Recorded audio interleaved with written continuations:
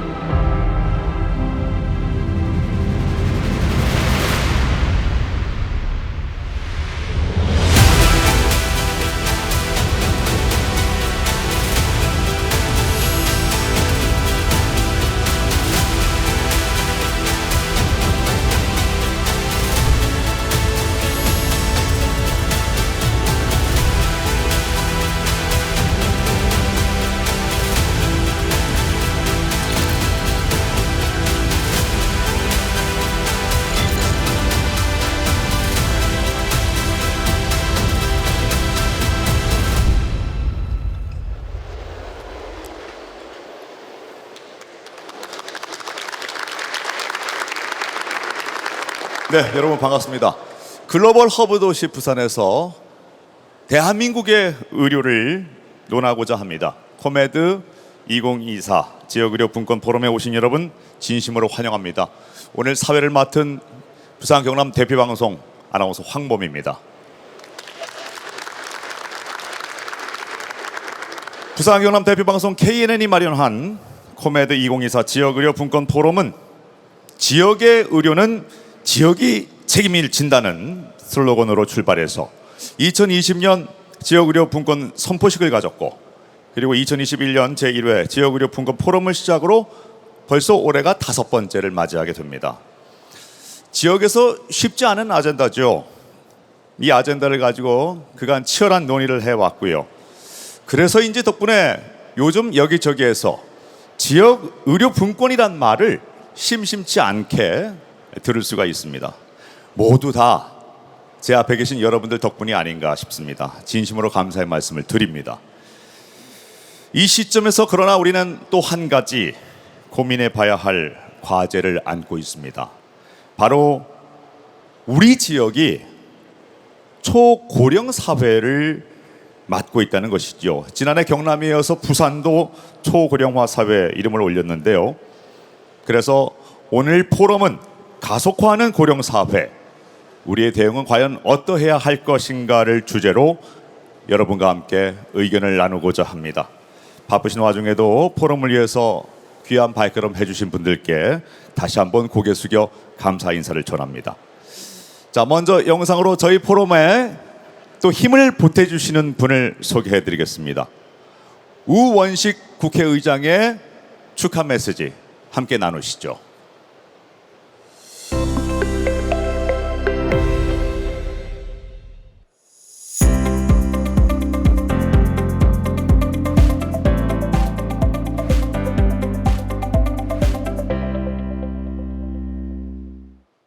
안녕하십니까.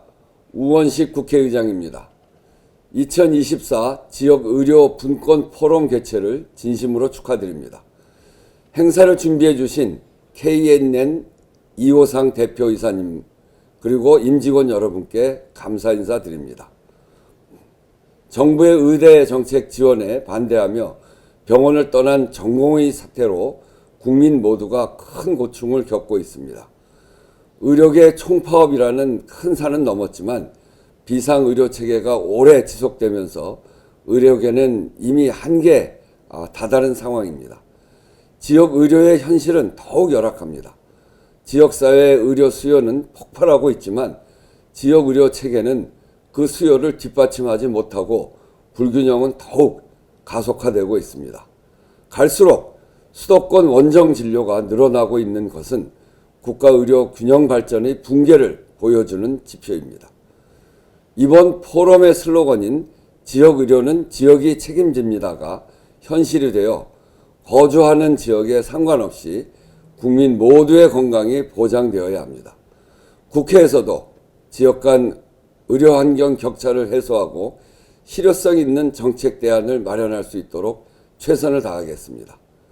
오늘 이 자리가 다양한 토론이 이루어지고 여러분들의 지혜가 응축된 대안이 오고 가는 그런 논의의 장이 되길 바랍니다. 감사합니다.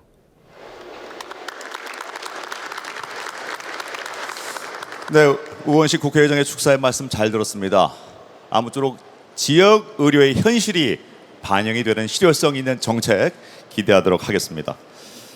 다음은 부산광역시의 축사가 준비되어 있습니다. 부산광역시 이준승 행정부시장님 모시겠습니다. 여러분 따뜻한 박수로 맞이해 주시면 고맙겠습니다.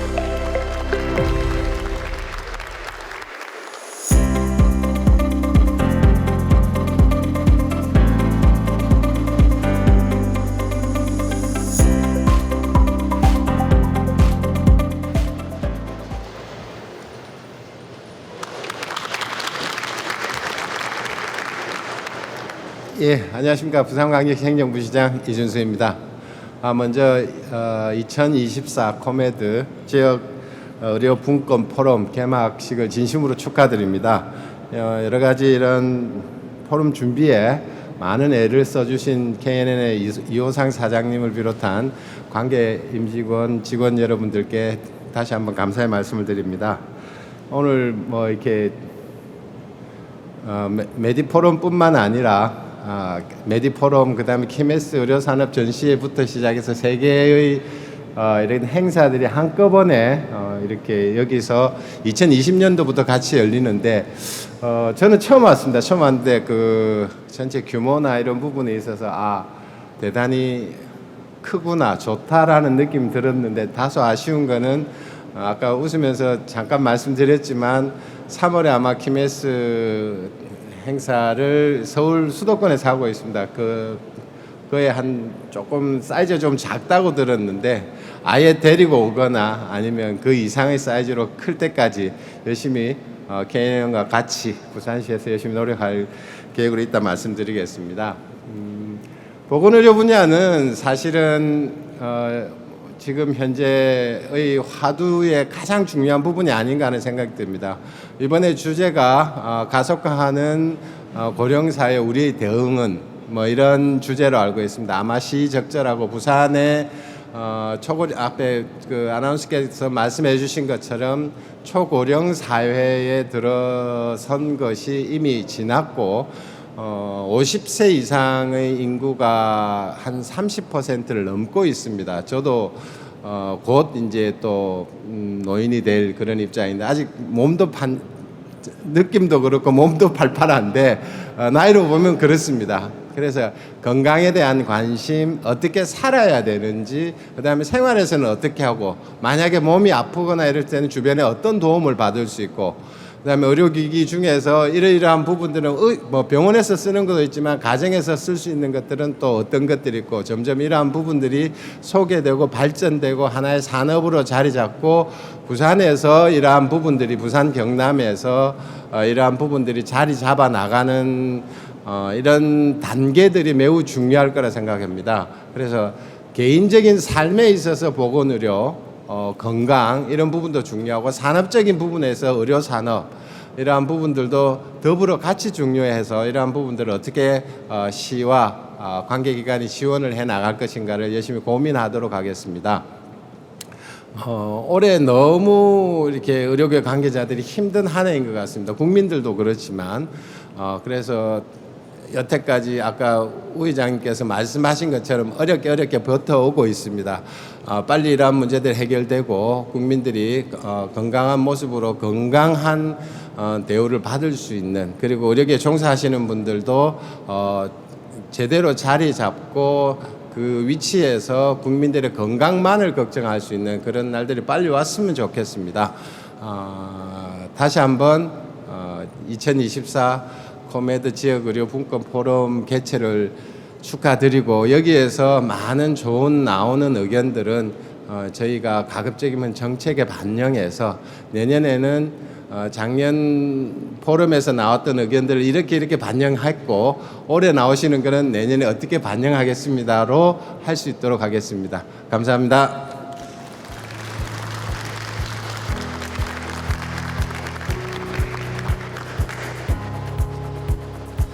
네, 고맙습니다. 이준승 부산시 행정부시장님 말씀 잘 들었습니다.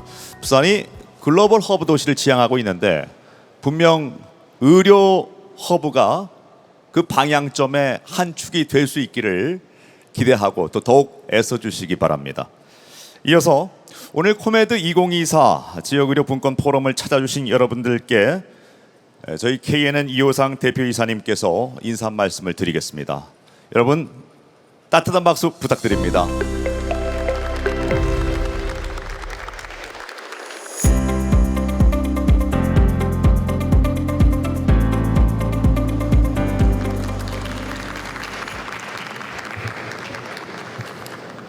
(2024) 지역의료분권 포럼에 와주신 여러분 반갑습니다.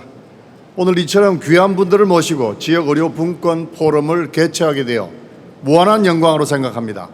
지난 2020년 지역의료분권 선포식 이후 저희 KNN은 수도권 집중으로 인한 의료의 심각한 불균형 현상을 막기 위해 최선을 다해왔습니다.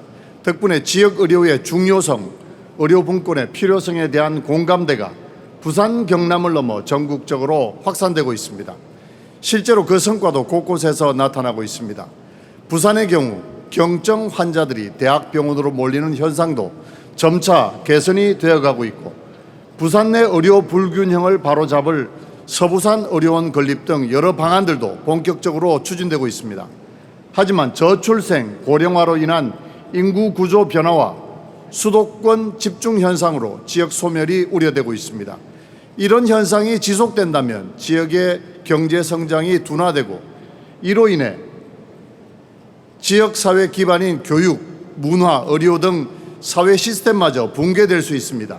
특히 사회 안전망의 큰 부분인 의료가 무너지면 지역민들의 건강뿐 아니라 지역 붕괴도 가속화될 것입니다. 특히 부산의 경우 50세 이상 인구가 전체의 절반에 육박하며 대도시 중에서 유일하게 초고령 사회에 진입했습니다.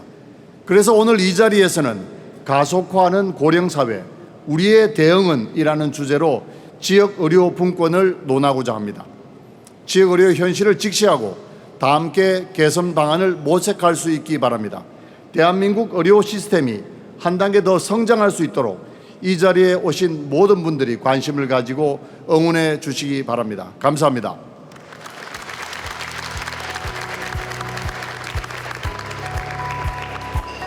네, 이호상 KNN 대표이사님의 환영 인사 말씀이셨습니다. 고맙습니다. 한국의 고령화 속도 말씀을 계속 드리게 됩니다만은 세계 1위 수준이라고는 합니다만은 이게 꼭 우리만의 문제는 아닌 것 같습니다. 세계적인 추세라는 것이죠. 전 세계가 고령화로 몸살을 앓고 있다 해도 과언이 아닙니다. 예를 들어서 산화 제한을 꾸준히 펼쳤던 중국도 고령화의 그늘 속에서 어려움을 겪고 있고, 그리고 세계에서 가장 젊은 나라 하면은 우리가 꼽던 베트남 역시도 고령화 사회에 진입했다고 합니다. 전 세계가 어려움을 겪고 있는 이 현실 속에서 과연 이 같은 추세는 앞으로도 사회 전반적으로 더 확산되지 않을까라는 우려를 분명히 갖고 있습니다. 그렇다면은 지금 우리에게 필요한 것은 무엇일까요? 우리는 고령화 시대를 맞아서 구체적으로 어떤 준비를 해 나가야 할지 오늘 첫 번째 주제 발표에서 이야기할 것입니다. 세계적인 고령화 트렌드에 대해서 이동우 고려대학교 고령사회연구원 특임 교수의 주제 발표가 있겠습니다. 여러분 큰 박수로 맞이해 주시기 바랍니다.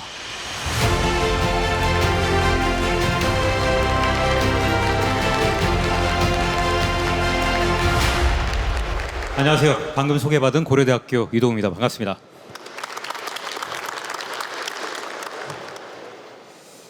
통계청이라는 곳에서 2025년에 우리나라는 초고령 사회에 진입한다고 몇 년 전서부터 발표를 한 적이 있습니다.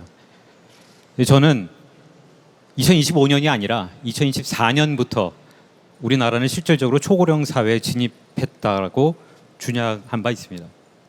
그리고 2060년이 되면 우리나라 65세 이상 인구는 43.9%로 예상됩니다. 만약 사람들의 수명이 더 늘어난다면 더 많은 사람들이 65세 이상 인구가 될 것입니다. 그 말은 뭐냐면 2명 중 1명이 65세 이상이라는 거죠. 그러면 걱정되는 것들이 너무나 많습니다. 우선 지하철 요금은 언제부터 받아야 될까요? 아니면 의료 시스템은 어떻게 바뀌어야 할까요? 기업에서 일하고 있는 직원들은 어떻게 바뀌어야 할까요? 정년은 언제부터 연장되어야 할까요? 이 수많은 논란들을 우리는 앞에 두고 있습니다. 65세 이상 인구라고 하면 우리가 가지고 있는 선입견들이 있죠. 첫 번째는 나이가 늙었다, 힘이 없다, 사회적으로는 은퇴해야 된다, 누군가는 보살펴야 한다라는 생각입니다. 하지만 생각들이 좀 많이 바뀌고 있는 것 같습니다. 사회자께서는 글로벌 전체가 고령화 때문에 문제다라고 말씀하고 계시지만 해외에서는 이미 고령화라고 하는 이 부분은 그렇게 대단히 큰 문제가 아니었고 오히려 천천히 진행되었던 문제이긴 합니다. 그리고 전 세계 중에 고령화 사회, 고령 사회, 그리고 초고령 사회를 주장하면서 걱정하는 나라는 일본과 우리나라가 대표적입니다. 오히려 영국은 고령 국가에 등장하는데 80년 정도가 걸렸고요. 프랑스는 125년 정도가 걸렸습니다. 아마 프랑스의 어떤 카페에 가 보신 분들이라면 나이 든 사람들이 앞치마를 둘러매고 커피를 서빙하는 그런 모습들을 아마 많이 보셨을 겁니다.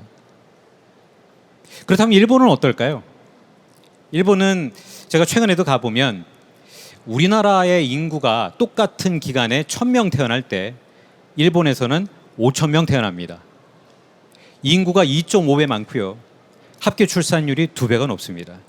그러니까 같은 기간에 우리나라에 1000명이 태어난다면 일본에서는 5000명 태어난다는 식이겠죠. 그리고 일본은 어느 정도 시스템에 많이 적응한 것으로 보입니다.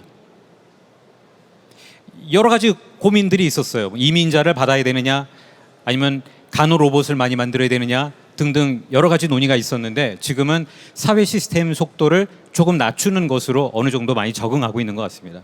이민자라고 하면 2,500만 명을 받아야 된다는 계산이 있었는데 우리나라도 사실은 일본처럼 뭔가 굉장히 좀 다른 민족 사람들에 대해서는 그렇게 열린 사고방식이 있지 않기 때문에 일본처럼 그 부분에 대해서는 자유롭지 않을 것으로 보입니다.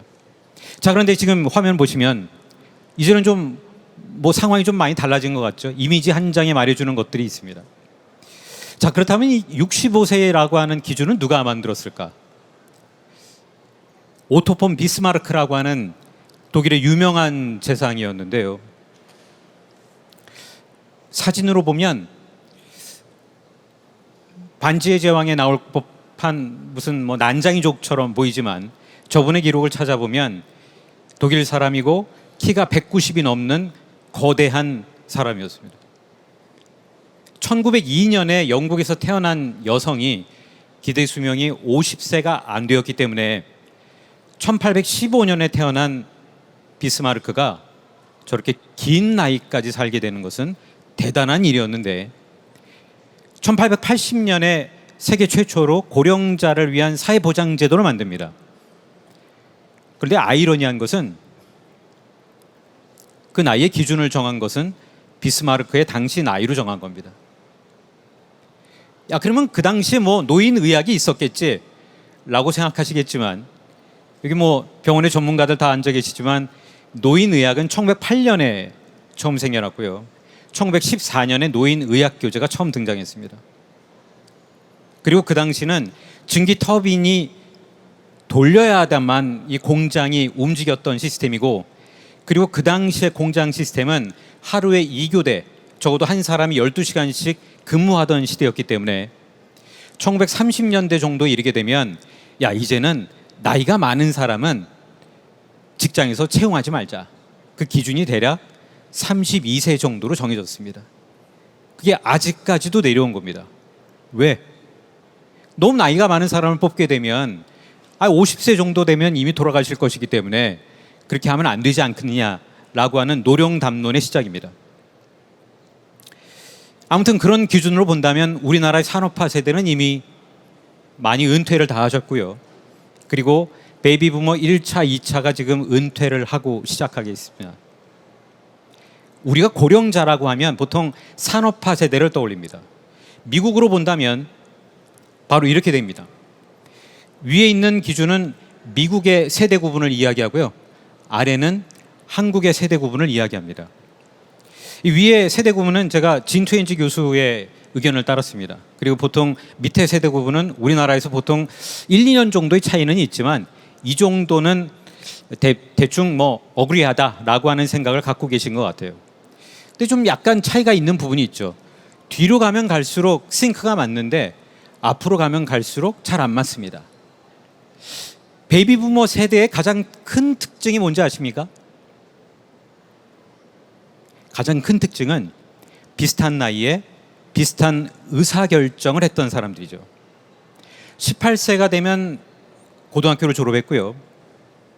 그리고 대학에 가거나 직장을 구했는데 직장을 구하게 되면 자동차를 사고 결혼을 하고 집을 사고 아이를 낳고 육아를 하고 아이들을 키워서 학교로 보내고 결혼을 시킵니다.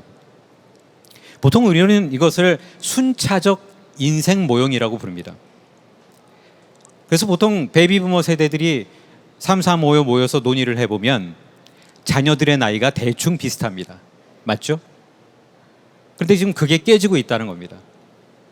린다 그레튼 교수는 그것을 뭐라고 표현하고 있냐면 3단계 인생 모형에서 다단계 인생 모형으로 바뀌고 있다라고 얘기를 합니다. 즉 뭐냐면 3단계는 전업으로의 학생이 있고 전업으로의 직장인이 있고 그다음 은퇴 후의 삶이 있었습니다.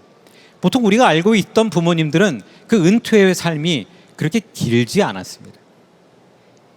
길어봐야 뭐 30년, 짧으면 20년 미만.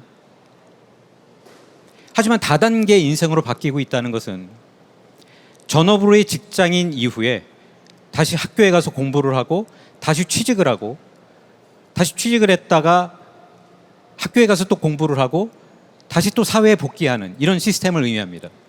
제 주변에 보면 60세 이상 이미 직업에서는 은퇴를 하셨는데 박사학위를 받으시겠다고 해외로 나가시는 분들도 꽤 계십니다. 그러니까 이 말은 야 적어도 지금 노인들은 우리가 알던 과거의 노인이 아니야 라는 생각인데 이미 이것은 해외에서는 일반적인 생각입니다. 많은 나라들이 이 부분에 대해서 적응을 하고 있고 야 이제는 노인들이 그냥 노인이 아닌 것 같아. 제가 학교에 있어 보면요 뒷모습만 보면 야 제가 학생인지 교수인지라고 구분하기가 매우 어렵습니다. 스니커즈나 운동화를 너무나 많이 신기도 하고 그다음 옷 입고 있는 것도 비슷하기 때문에 사실 학생인지 교수인지를 보려면 적어도 얼굴은 봐야 구분할 수 있지 않을까요? 최근에 많은 책들이 등장했습니다. 노아의 종말서부터 영노아 그리고 진투엔지 교수가 썼던 제너레이션 Z세대를 이야기하는 이런 책까지. 그러면서 어떤 주장이 일어나고 있냐면 적어도 카를 만하임 이후에 세대 구분은 약화되고 있는 것 아니냐. 이런 주장을 하는 것은 적어도 사회학자들이 아닙니다.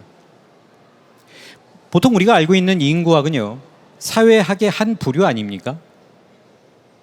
그런데 사회학자들이 주장하는 게 아니라 경영학자들 또는 경제학자들이 이런 주장을 합니다. 세대 구분이 너무나 많다는 거죠. 그리고 불필요하다는 얘기이기도 합니다. 그리고 세대 구분을 파괴하는 사람들이 등장했다는 거예요. 자기가 태어난 나이로 태어난 시대로 규정되는 사람들이 아니라 적어도 자기가 생활하고 있는 스타일, 옷 입고 있는 것, 공부하는 스타일, 어떤 직장을 갖고 있는지 이런 부분에 의해서 자기 나이를 세대를 규정하고 있다는 얘기입니다. 한번 보실까요? 남성과 여성이 파괴되고 있다라고 하는 부분이 있는데요. 최근에 어떤 신발 브랜드에 가보면 예전에는 우리가 전통적으로 보면 남성 신발, 여성 신발 이렇게 있지 않았습니까? 근데 요즘에 Z세대를 중심으로 성문화 자체가 많이 파괴되고 있기 때문에 남성과 여성의 구분 자체가 많이 없어지기도 했습니다. 그 여성 중에는 남성보다 키 크신 분들도 많이 있습니다. 또 하나 특징은 고령 세대와 젊은 세대를 타겟으로 한, 즉 에이지리스 세대가 등장하고 있다는 거죠. 제품들이 그렇게 바뀌고 있습니다. 사실 이런 어떤 제품이나 서비스들이 고령자를 위한 것이 아니었는데 누구나 다 편하게 이용할 수 있는 것들, 이런 제품과 서비스가 많이 등장하고 있다는 거예요. 따라서 그 지점이 한 가운데로 모여지고 있다는 겁니다. 이러한 가운데 어떤 현상이 일어나고 있냐면, 벅노아 연구소에서는 인간은 지금보다 더 오래 살 수 있는 잠재력을 갖고 있다라고 하고, 하버드 대학교의 데이비드 싱클레어 의과대학 교수는 금세기 말에 이르면, 즉 2100년 정도에 이르면 인간의 기대 수명은 150세 정도 될 거라고 합니다. 그리고 이 가운데 계신 분들은 분명히 100세를 다 넘기실 겁니다. 기대 수명이 늘어나고 있다는 얘기는 아마 많이 들어보셨을 텐데요. 하지만 안티 에이징 철학을 가질 것인지 아니면 여전히 스테이형 철학을 가질 것인지에 대해서는 학계마다 조금씩 다르고 산업마다 다른 전략을 가지고 있습니다. 두 개는 다른 철학이거든요. 자, 그래서 오늘은 노화에 대한 이야기를 좀 더 말씀드리려고 합니다. 노화의 9가지 특징이라고 발표된 것이 있습니다. 하지만 최근에는 여기에 3가지가 더 늘어나서 12가지가 되었습니다. 이미 자료를 보고 계실 테니까 제가 자료에 대한 세부적인 사항은 말씀드리지 않겠습니다. 장수혁명이 일어나고 있다라는 내용이 등장하고 있는데요. 자, 제가 아까 말씀드렸던 듯이 데이비드 싱클레어 교수가 기대 수명이 금세기 말에 이르면 150세까지 간다고 했으니까 매년 1년씩 늘어나는 겁니다. 매년 1년씩 늘어나는 겁니다. 이 속도가 사실은 적응이 안 되는 속도이거든요. 왜냐하면 우리가 알고 있었던 노인들은 힘이 없고 나약한 산업화 세대를 우리가 머릿속에 생각하고 모든 정책들을 이야기를 합니다. 그렇기 때문에 최근에 유행하고 있는 용어는 액티브 시니어와 패시브 시니어라는 용어가 등장하는데, 어떤 사람들은 이렇게 얘기하거든요. 액티브 시니어는 50세부터 65세다. 그럼 패시브 시니어는 65세 이상입니까? 그리고 어떤 회사는 우리가 만든 이 요양원 시스템은 액티브 시니어를 대상으로 만들었습니다 라고 이야기를 합니다. 근데 제가 들어가 보면 패시브 시니어 대상입니다. 저희 학교의 의과대학 교수님들과 이런 부분에 대해서 논의를 한 적이 있는데요. 어느 정도 나이가 돼야 노인이라고 할 수 있을 것이냐 하는 건데, 대체적으로는 80세 이상이 되어야 할 것 같다. 그리고 두 번째로 패시브와 액티브를 나누는 기준은 나이가 50부터 65세까지를 액티브 시니어라고 발표를 했던 학계는 저희가 찾아본 바로는 없었고, 액티브와 패시브를 나누는 기준은 자기 스스로 생활을 할 수 있느냐 없느냐, 누군가의 도움이 필요하냐 안 하냐의 기준, 이런 거 아닐까요? 그렇게 보면 패시브 시니어는 적어도 누군가의 도움이 필요한 사람들, 액티브 시니어는 자기 스스로 사회생활을 할 수 있는 사람들, 집안에서 자기 생활을 할 수 있고 마트에 물건을 가서 살 수도 있고 아니면 사회활동을 하는 사람들을 이야기하죠. 하지만 이런 부분에 대한 정의가 아무것도 내려지지 않은 채 우리나라에서는 통계청에서는 고령자라고 부르고 행정기관에서는 노인이라고 하고 또는 어르신이라고 부르기도 하고, 이런 부분에 대한 정리가 하나도 되어 있지 않은 상태이긴 합니다. 120까지 살고 싶으냐라고 한번 물어봤습니다.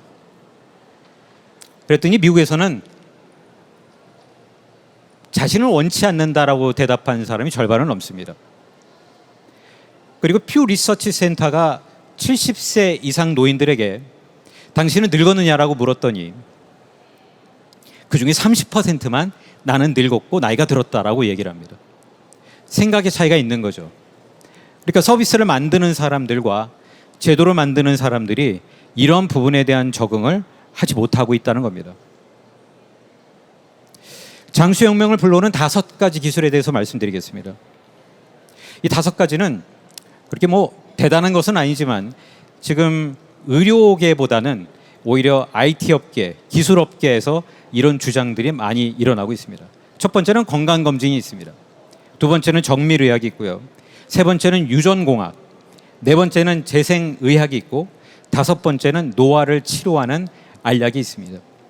이러한 기술들에 대해서 어떤 사람들은 이런 얘기를 하죠. 야, 빅테크 기업들의 수장들이 야, 이제는 21세기의 불로장생약을 드디어 찾아내는 것 아니냐. 그렇기 때문에 이런 부분에 대해서 폄하하는 사람들도 있기는 합니다.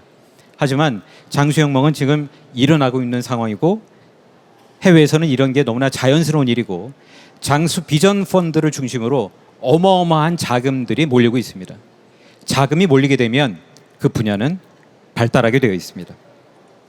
건강검진부터 한번 볼까요? 건강검진에서는 5가지가 등장하고 있는데요. 특히 액체생검은 검사를 위해 필요한 것은 혈액 한 방울 뿐입니다. 이것으로 많은 것들을 밝혀낼 수 있다는 것이죠. 이미 시장은 빠르게 성장하고 있습니다.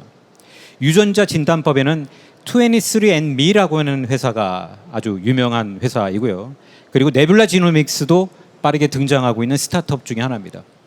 대부분 이런 식입니다. 어느 병원이나 의료재단에서 만든 것들이 아니라 스타트업 또는 기술 기업들이 AI를 적용해서 이런 것들을 만들고 있다는 거죠. 비용은 더 낮아집니다. 어느 나라에서는 아직까지 이런 부분들이 법적으로 허용되지 않는 부분들도 있지만 대부분의 나라에서는 적극적으로 도입하고 있는 것도 현실입니다. 후성 유전체 진단법도 등장했는데요. 9가지 노화에 대한 어떤 그 증거, 증상 이런 부분에서 후성 유전체가 요즘에 많이 논의되고 있지 않습니까? 마이크로바이옴 진단법도 있습니다. 딥롱제비티라는 회사는 이 중에서 가장 유명한 회사 중에 하나입니다. 착용형 진단기기가 또 늘어나고 있는데요.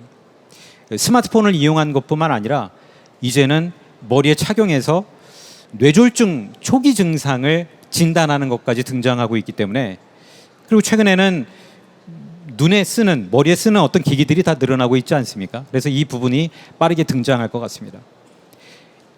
옷을 입는 것도 문제인데요. 일본에서는 야노경제연구소라고 하는 데서 ICT 기술이 어떻게 노인들을 위한 기술을 만들어낼 것이냐 하는 보고서를 만들더군요. 보통 일반 기업에서는 이걸 구매할 수가 없기 때문에 저희는 학교이기 때문에 그걸 한번 구매해서 한번 살펴본 적이 있습니다. 그랬더니 착용용 진단기기가 일본에서는 이미 많이 일상화되어 있습니다. 두 번째로 큰 카테고리는 바로 정밀의학입니다. 맞춤의학 또는 예측의학이라고도 불리는 분야인데요. 정밀의학에 투자되고 있는 투자금들이 엄청나게 몰리고 있습니다. 2028년 정도가 되면 2천억 달러 규모로 성장한다고 하니까 이 분야를 따라가는 것은 매우 중요해 보입니다. 건강 데이터로 본다면 사실 지금 2,000 엑사바이트를 넘었다고 하는데요. 우리가 이 데이터를 측정하는 기준이 요타바이트까지 있거든요. 근데 위에서 세 번째입니다. 이 데이터는 더 많이 몰리지 않겠습니까? 정밀의학 분야의 스타트업들도 굉장히 많이 있습니다. 제가 지금 5개 회사만 올려놨는데 이외에도 너무나 많은 회사들이 있었던 것을 제가 강의를 준비하면서 살펴볼 수 있었습니다. 정밀의학 분야는요, AI 기술로 움직입니다. 우리가 알고 있는 이 AI 기술은 이제는 AGI로 발전하고 있는 단계이기 때문에 사실 몇 년 전만 해도 병원에서 우리나라 한 병원에서도 왓슨이라고 하는 그 시스템을 도입을 해서 뭔가 진단하는 데 많이 응용을 했는데 그게 그렇게 성과가 좋지 않았다라고 많이 알려져 있기도 했었어요. 하지만 이제는 그런 상황들이 바뀌고 있다는 거죠. 유전공학 분야도 있습니다. 유전공학은 최초에 이 분석을 하는 데는 15년이 걸렸고 30억 달러가 들었는데 지금은 200달러로 줄어들었습니다. 유전공학 폭발적으로 성장에 필요한 것은 정부 규제나 벤처기업 등장보다는 이제는 대규모 투자가 필요하다는 주장이 많이 있고 많은 투자 펀드들이 몰리고 있기 때문에 이 분야를 우리가 언제쯤 도입할 수 있을까도 좀 생각해 봐야 할 것 같습니다. 네 번째는 재생의학인데요. 많이 알려진 부분이기 때문에 이건 잠깐 넘어가겠습니다. 다섯 번째는 노화를 치료하는 알약입니다. 원래 노화는 일종의 질병이라고 보는 입장으로 이것을 접근한 건데요. 지금까지 에이징 테크가 발전하지 못했던 것은 노화가 큰 문제가 아니라고 여겼기 때문입니다. 즉 노화는 질병이 아니라고 생각했던 것입니다. 하지만 이제는 노화는 질병 차원의 접근이 가능하다. 그리고 노화는 충분히 치료할 수 있다는 거예요. 몸속에 들어간 알약이 이런 것들을 계속적으로 치료할 수 있게 만들어줍니다. 그렇다면 200세 이후의 삶이 가능한가? 이 많은 전문가들이 이런 부분에 대해서 이야기를 하고 있는데요. 특히 미래지향적인 사고를 하고 있는 싱귤러리티의 피터 디아만디스나 아니면 장수 비전 펀드의 설립자들이나 이런 주장들을 많이 하고 있습니다. 결론적으로 보면 인간과 기계는 하나가 될 것 같다. 우리가 알고 있는 그 미국의 일론 머스크도 뇌와 기계를 연결하는 작업들을 계속하고 있지 않습니까? 그렇게 된다면 영화 속에 보는 장면들이 그렇게 멀지 않은 것 같고 인체 증강 그리고 두뇌 증강이라고 하는 용어가 이제는 일반화적으로 등장하고 있습니다. 하지만 생각해 볼 문제가 있습니다. 적어도 소수에게 집중되는 이 권력을 어떻게 우리가 좀 더 일반화할 수 있을 것이냐, 빈부격차에 대한 문제를 어떻게 할 수 있을 것이냐 하는 문제인데요. 의료 비용이 비싸지는 만큼 많은 사람들이 접근하기 어렵고 일부의 돈을 가진 사람들이 이런 부분들의 혜택을 누릴 수 있기 때문에 사실은 그들은 불로장생의 꿈을 꿀지도 모르겠습니다. 하지만 우리 앞에 놓여 있는 현실은 바로 이런 문제들을 우리가 논의하는 그런 단계가 되지 않을까 싶습니다. 글로벌 트렌드라고 하면 저는 한국에서는 이게 가장 큰 문제이지만 외국에서는 그렇게 심각한 문제로 받아들이지 않았고 오히려 기술적으로 대응하고 있다. 이런 부분들에 대한 트렌드를 우리가 알고 의료계에서도 한번 대처해볼 문제일 것 같고요. 제가 학교에서 주장하고 있는 게 하나 있습니다. 2060년이 되면 우리나라의 65세 이상 인구가 43.9%, 약 45% 가까이 되는데 그렇게 되었을 때 우리나라의 경제 문제는 어떻게 될 것인지, 산업은 어떻게 달라지고 사회 시스템은 어떻게 달라지고 의료 시스템은 어떻게 바뀌어야 되는지 그 시뮬레이션을 정확하게 할 필요가 있다라고 하는 부분에 대해서 주장을 하고 있습니다. 여러분들께서도 이런 문제에 대해서 한번 같이 공감하시면 좋겠다는 생각이 듭니다. 제 발표는 여기까지 마치겠습니다. 고맙습니다. 네, 고맙습니다. 이동호 교수님 감사합니다. 자리해 주시죠. 노화와 노인에 대한 근본적인 문제 제기, 물음에 대해서 저희가 들었습니다. 존스 홉킨스 대학을 비롯한 세계 유수의 의과 대학들이 100세 시대를 넘어서서 이제 120세 시대를 준비해야 한다. 이동호 교수님의 말씀처럼 그렇게 얘기하고 있습니다. 하지만 중요한 것은 단순히 오래 사는 것이 아니라 생의 마지막 그날까지 건강하게 살고 행복한 노년을 보내는 것이 가장 관건이라고 할 수 있겠죠. 그래서 기존의 시니어를 바라보던 시각에서 좀 탈피를 해야 될 것 같습니다. 새로운 시각으로 그들을 바라보고 초고령 사회를 대비하는 지혜를 세워야 할 때라는 생각이 듭니다. 자, 이동호 교수님의 말씀 잘 들었습니다. 그렇다면 우리 노인들의 현실은 과연 어떻습니까? 나이가 들면 누구나 한두 가지 정도의 대사 질환을 갖고 있습니다. 거기서 더 발전하면은 암이나 치매까지도 가질 수가 있죠. 하지만 우리 어르신들께서는 이렇게 얘기합니다. 병원 문턱이 나이가 들수록 더 높아지고 있다. 이렇게 말이죠.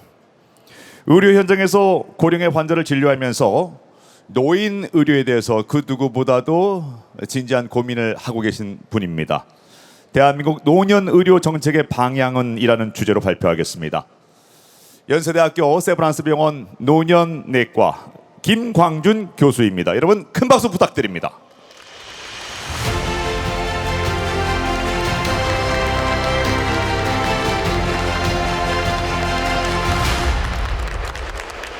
네, 안녕하십니까. 세브란스 병원 노년내과의 김광준입니다.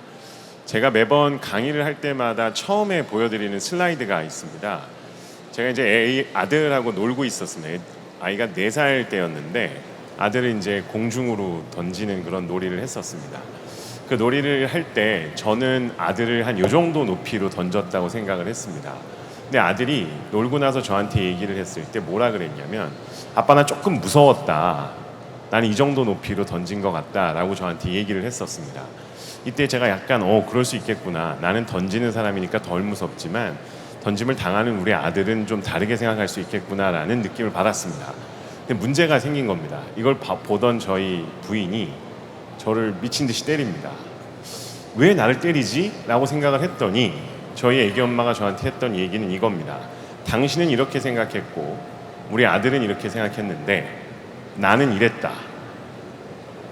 이게 저한테는 정말 충격이었습니다. 이게 뭐였냐면, 노인 바라보는 시각에 대해서 전임 강사분께서도 얘기해 주셨지만, 노인을 진료하는 의사의 입장하고요, 노인 진료를 논의하는 기업이나 정부의 입장하고 환자의 입장이나 보호자의 입장은 다 다를 수 있습니다. 같은 이야기를 하고 있지만 저희가 체감하고 있는 것들은 너무 다를 수 있기 때문에 이 내용을 꼭 말씀을 드리고 싶고, 이게 결국은 관점이나 가치관의 차이에 따라서 같은 현상을 바라볼 때도 전혀 다른 접근 방법을 가질 수 있다는 게 중요한 문제입니다. 그래서 저는 이런 모임이 너무 중요하다고 생각을 합니다.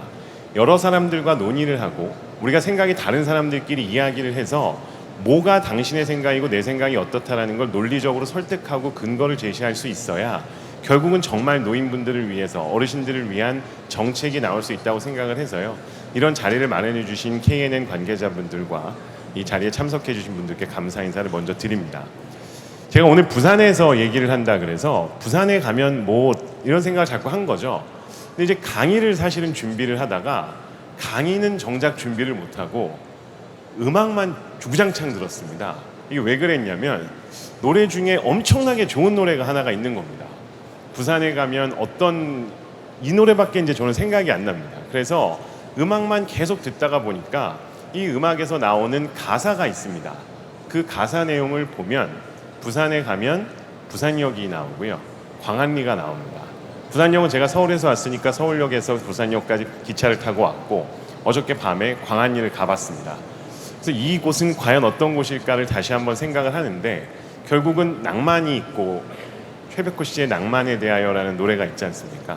그 낭만에 대한 걸 생각하면서 바닷가를 걸으면서 생각을 했는데, 아이러니하게도 지금 낭만과 바다가 아니라 처음 포럼 소개에서도 나왔지만 노인과 바다가 되고 있다는 게 현재 부산의 어떤 현상인 것 같습니다. 이거는 어찌 보면은 사회적인 문제라고도 볼 수 있지만 의료적 측면에서 본다 그러면 또 다른 접근을 해야 되는 상황이라고 생각이 됩니다. 실제로 지역에서 서울로 올라오는 젊은 층의 비율이 계속 높아지고 있기 때문에 어떻게 이 상황에 대해서 대처할까, 이게 꼭 문제라고는 생각하지 않습니다.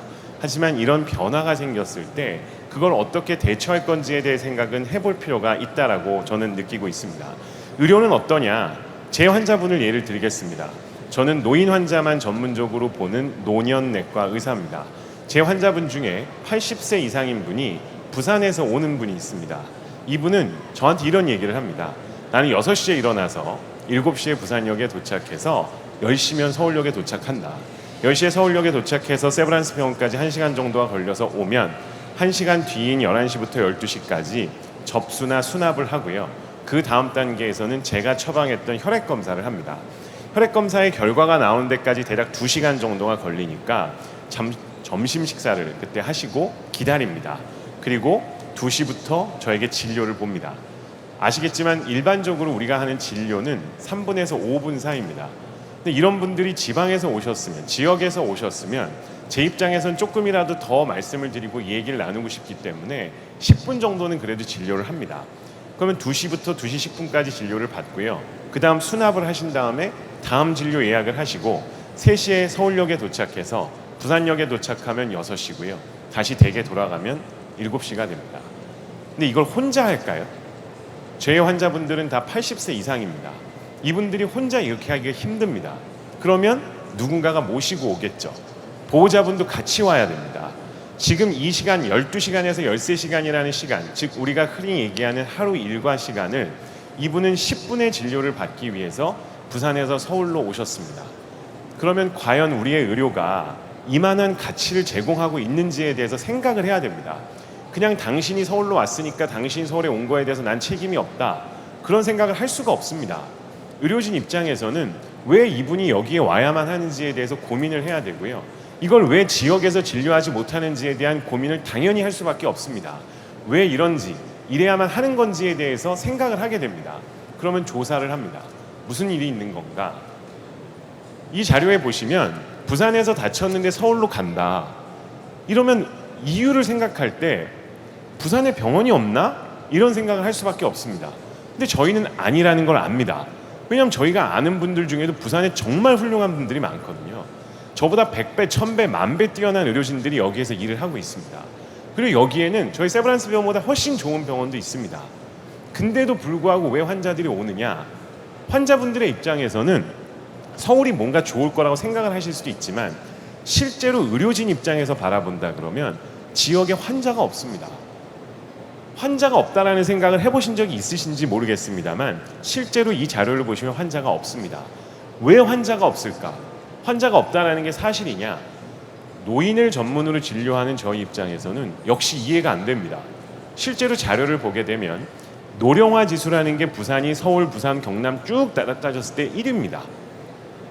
여러 조사를 통해서 나오는 겁니다. 부산 지역의 노령화는 굉장히 빠르고 부산 지역의 노인 인구 수는 증가하고 있다. 이건 나쁜 건 아니라고 저는 생각합니다. 계속 이야기 드리지만 그렇다는 거죠. 그러면 부산에서 과연 노인 인구는 어떻고 이 노인 인구를 대상으로 제공되는 의료 서비스의 양이나 질적인 부분은 어떨까? 자료를 보시면 복지 수요라고 하는 게 수요니까 인구 수나 노인 환자 수입니다. 매우 높다라는 걸 보실 수 있습니다. 그런데 복지 시설이라는 걸 보게 되면 의료 서비스의 제공 정도는 떨어진다라는 걸 확인하실 수 있습니다. 즉 여기는 수요가 공급보다 많은 곳입니다. 근데 앞에서 얘기했던 것처럼 환자는 없습니다. 왜 없냐? 결국은 서울로 가거나 다른 지역으로 가니까 그렇습니다. 근데 이런 현상이 일반 환자분들에게만 나타나는 게 아닙니다. 이번 올해 초에 있었던 다른 사건을 보더라도 많은 사람이 이미 그렇게 하고 있습니다. 너무 어이가 없는 건 응급 중에 초응급 상황이라고 얘기하는 급성 심근경색이라는 질환, 여기서도 서울로 와서 진료를 받겠다고 하는 분이 생긴다는 게 상식적이지 않습니다. 도대체 왜 이런 문제가 생긴 거냐? 생각을 다시 해봐야 됩니다. 이 기사는 2010년도 기사입니다. 2010년도에 기사가 나왔을 때 서울로 가시지 마세요라고 부산시 의사회에서 캠페인을 했습니다. 서울에 갈 필요 없다. 굳이 왜 거기까지 가느냐? 의료진들이 이런 얘기를 했습니다. 근데 이걸 얘기한다 그러면 정말 이분들이 안 가도 되는지를 또 생각을 하게 됩니다. 이 캠페인이 의미가 있느냐? 자, 지역이라서 뭐가 안 좋아 이런 식의 생각을 하고 한탄할 게 아니라 실질적으로 우리나라 보건의료 체계에 대한 어떤 현상을 검토를 하시면 이게 지역이라서가 아니라 지역이기 때문에 더 좋을 수 있다는 걸 아실 수 있습니다. 우리나라 보건의료 체계의 문제점을 제시하는 것 중에 지역 간 의료 불균형이 있고요. 특정 분야 의사 수가 부족하다라고 얘기하는 게 있습니다. 이번에도 의사 수가 부족하다라고 하기 때문에 의사 수를 늘려야 된다고 생각하지만 실제로 환자가 없다라는 게 지역의 한탄입니다. 왜 이런 문제가 생기느냐? 자, 의사가 생각하는 환자가 병원을 선택하는 이유입니다. 의사가 생각했을 때는 가까우면 온다라고 생각을 합니다. 그리고 그 다음으로 환자 주변 사람들이 의료진을 평가하는 평판, 그리고 병원의 인지도 같은 것들이 환자들이 우리 병원으로 오는 주요한 이유일 거야 라고 생각을 하십니다. 즉, 이 지역에 있는 분들이면 이 지역에 있는 병원으로 올 거다라고 생각하는 게 의사들의 생각입니다. 그런데 실제로는 어떤지를 봅니다. 부산시 작년 통계를 보게 되면 건강 통계가 나와 있고요. 여기 나와 있는 것 중에 제일 많은 숫자가 암입니다. 노인층이든 청장년층이든 1위로 나와 있는 게 암입니다. 자, 그럼 암 환자는 어떻게 되고 있을까를 보시면 과연 부산시 환자분들이 무엇 때문에 서울로 가는지를 알 수 있을 겁니다. 암에 대한 자료를 보게 됩니다. 암을 보면 수도권 환자의 의료 쏠림이 보시는 것처럼 굉장히 많습니다. 근데 이분들이 공통적으로 얘기하는 게 있습니다. 내가 왜 서울로 갔느냐? 의사들이 병원을 선택한다고 생각했었던 가까운 지역이라고 하는 게 1순위였는데 그게 아닌 거라는 걸 이걸 보시면 아실 수 있습니다. 이분들이 서울에 가는 이유는 유명한 의사가 많아서, 인지도가 높은 병원이 많아서, 누군가에게 얘기를 들었더니 그 병원을 추천해서입니다. 그러면 환자분들은 지역적 접근성이라고 하는 거를 넘어서서 의사들이 생각했었던 두 번째, 세 번째, 네 번째에 해당하는 게 더 병원을 선택하는 데 중요한 요소인 겁니다. 그러면 이 문제를 해결하려면 지역이라고 하는 거에서 갖고 있는 가까운 거리라고 하는 장점을 극대화시키는 걸로는 문제 해결이 안 된다는 걸 아실 수 있습니다. 그렇기 때문에 우리가 지금 현 시점에서 생각을 한다면 굳이 환자분들을 서울로 혹은 다른 지역으로 가지 않도록 하기 위해서 무엇이 필요한지를 생각해야 되고, 그게 하드웨어와 소프트웨어로 나눌 수 있습니다. 하드웨어는 병원이나 의료시설이 될 거고요. 소프트웨어는 의료진일 겁니다. 근데 여기에 더해서 제도적 측면이 매우 중요합니다. 지역이기 때문에 하드웨어나 의료시설이 떨어진다? 저는 절대 그렇게 생각하지 않습니다. 제가 알고 있는 부산에 있는 병원이나 제가 가보는 병원들은 서울보다 남병원들이 더 많아요. 근데 전문가의 시선으로 봤을 때는 이 병원이 훨씬 좋은 것 같지만 환자분들이 그렇게 느끼지 못한다면 그건 이유가 있을 수 있습니다. 실질적으로 부산시에 있는 부산의료원에서 노인 환자분들을 대상으로 하는 치매 전문 병원 같은 걸 개설합니다. 서울에도 이런 거 별로 없습니다. 그럼 왜 환자들이 이런 곳을 안 오냐? 하드웨어가 공급이 되어 있고 장소가 제공이 되는데도 불구하고 이곳에 안 오는 이유가 뭐냐? 그럼 이건 홍보에 문제가 있을 수 있거나 실제로 여길 써본 분들의 평판이 안 좋을 수 있거나 소프트웨어적인 부분에 문제가 있거나 제도적인 부분에 문제가 있을 수 있습니다. 그런 문제들을 고민하고 찾아가는 게 제가 이야기하고 싶은 이 포럼의 주요한 목표일 겁니다. 두 번째, 소프트웨어 얘기를 하면 사람이 없다라고 얘기하신다 그러면 서울도 마찬가지입니다. 제가 세브란스 병원의 노년내과에서 2016년부터 지금 8년째 근무를 하고 있는데 제 밑에 의사가 한 명도 없습니다. 전국의 의과대학 중에 대학병원급에서 노년내과라고 하는 과를 운영하고 있는 병원은 4개밖에 없습니다. 전체 의료진은 12명입니다. 안 와요. 그럼 안 오는 걸 알아서 왜 안 오는지를 보고 안 오는 걸 해결해 줘야 오게 되는데 그런 생각은 안 합니다. 서울도 마찬가지라는 걸 알려드리고 싶습니다. 서울에서 제가 진료할 때 실제로 환자가 아니라 보호자분이 오는 분이 30%입니다. 보호자분이 오는 것보다는 그래도 환자분을 만나자 해서 제가 하는 게 전화 비대면 진료입니다. 20%입니다. 이것만 해도 제 재진 환자의 50%가 병원에 안 옵니다. 거기다 더 중요한 게 있습니다. 병원에 안 오는데 어떻게 할까 고민하면 해결 방안이 또 나옵니다. 그럼 뭘 해야 될까요? 가야죠. 노인분들이 병원에 못 오시면 저희가 가야죠. 그래서 하는 게 가정간호 서비스입니다. 집에 계신 환자분들을 관리하기 위해서 여러분들이 병원에 오시지 못하니까 저희가 갈게요. 그래서 하는 게 가정간호 서비스입니다. 이 가정간호 서비스를 이용하시는 분이 전체 환자의 54%입니다. 그러면 부산 지역에서도 노인 환자분을 관리하겠다 그러면 굳이 이분들이 병원에 안 오시더라도 집으로 저희가 찾아갈 수도 있는 거고요. 비대면 진료를 활성화하셔도 됩니다. 왜 비대면 진료를 도서상간 지역에서만 해야 되는가? 부산에서 갖고 있는 장점이 있다면 그 부산에서의 장점을 극대화시켜서 새로운 패러다임을 만드실 수도 있습니다. 노년내과 수입을 보면 노인분들이 갖고 있는 특징 때문에 저희는 맨날 마이너스입니다. 맨날 마이너스고요. 노인분들 진료하다 보면 말씀을 드릴 때도 천천히 해야 되고 그분들의 말씀을 듣기도 시간이 더 많이 들고요. 환자분들이 들어오시고 나가시는 데까지 걸리는 시간도 많고 거기에 더해서 설명을 해드릴 때도 좀 더 자세하게 천천하게 해드려야 됩니다. 귀가 잘 안 들리고 인지 기능이 떨어지시기 때문에 진료를 볼 때요. 그냥 빠라바하게 할 수 없어요. 진짜 자세하게 하나하나씩 설명드리고 해야 되니까 당연히 시간이 많이 걸립니다. 근데 시간이 많이 걸리는 게 이유가 또 있죠. 환자분들이 아픈 데가 많습니다. 그러다 보니까 평균 복용하는 약의 개수가 8개입니다. 그럼 이분들이 무슨 약을 먹고 있는지 확인하고 그분들의 상태를 듣고 그분들이 무슨 문제가 있는지에 대해서 보호자분한테 또 이야기를 듣고 하면 시간이 오래 걸릴 수밖에 없습니다. 근데 저희는 3분 만에 진료를 봐야 됩니다. 이게 가능할까요? 이런 과를 오고 싶어하는 사람은 아무도 없습니다. 그러다 보니까 걸리는 시간이 아무리 못해도 15분은 걸립니다. 이러다 보니까 어떻게 되느냐? 저가 원래 내분비내과를 했습니다. 내분비내과는 당뇨병, 뭐 갑상선, 골다공증 이런 거를 보는 과인데요. 내분비내과 진료를 할 때는 6, 70명을 한 세션, 즉 아침에 뭐 8시 반부터 12시 반까지 4시간을 진료한다 그러면 한 세션에 6, 70명을 봐도 아무렇지도 않습니다. 3분에서 5분 동안 그냥 설명하고 진료하고 아무런 힘든 게 없었습니다. 근데 제가 노년내과로 오고 나서는 15분씩 진료를 하니까 20분명밖에 못 버는데 진도 너무 많이 빠집니다. 근데 돈은 못 벌어요. 그러면 병원에서도 사람을 안 뽑아줍니다. 니네 과에 우리가 왜 사람을 뽑아주니? 너는 병원에 돈도 못 벌어주는데? 근데 그것도 당연하죠. 병원 입장에선 돈을 벌어야 그 시스템을 유지하기 위해서 시설도 제공할 수 있고 장소도 제공할 수 있으니까요. 돈을 못 버는 과에서 사람을 뽑아달라고 이야기하는 건 말이 안 됩니다.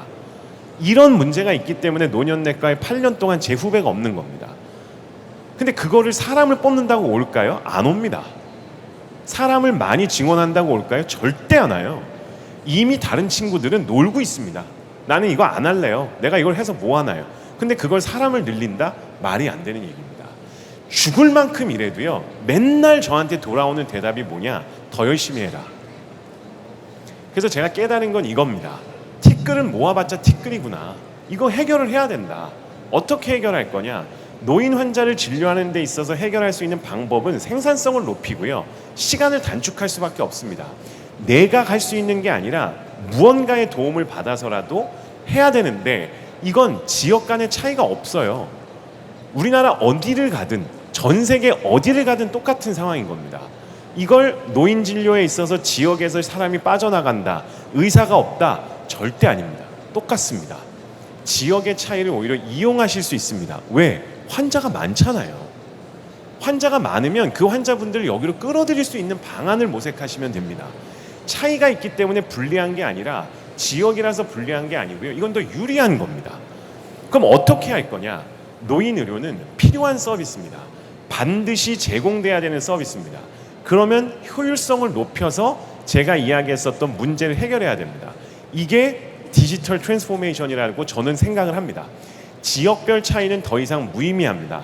나아가야 될 방향이 정해져 있기 때문에 어떤 방향으로 갈 건지를 보려면 시대가 변하는 걸 봐야 됩니다. 의료는 의학은 과학이지만 의료는 문화입니다.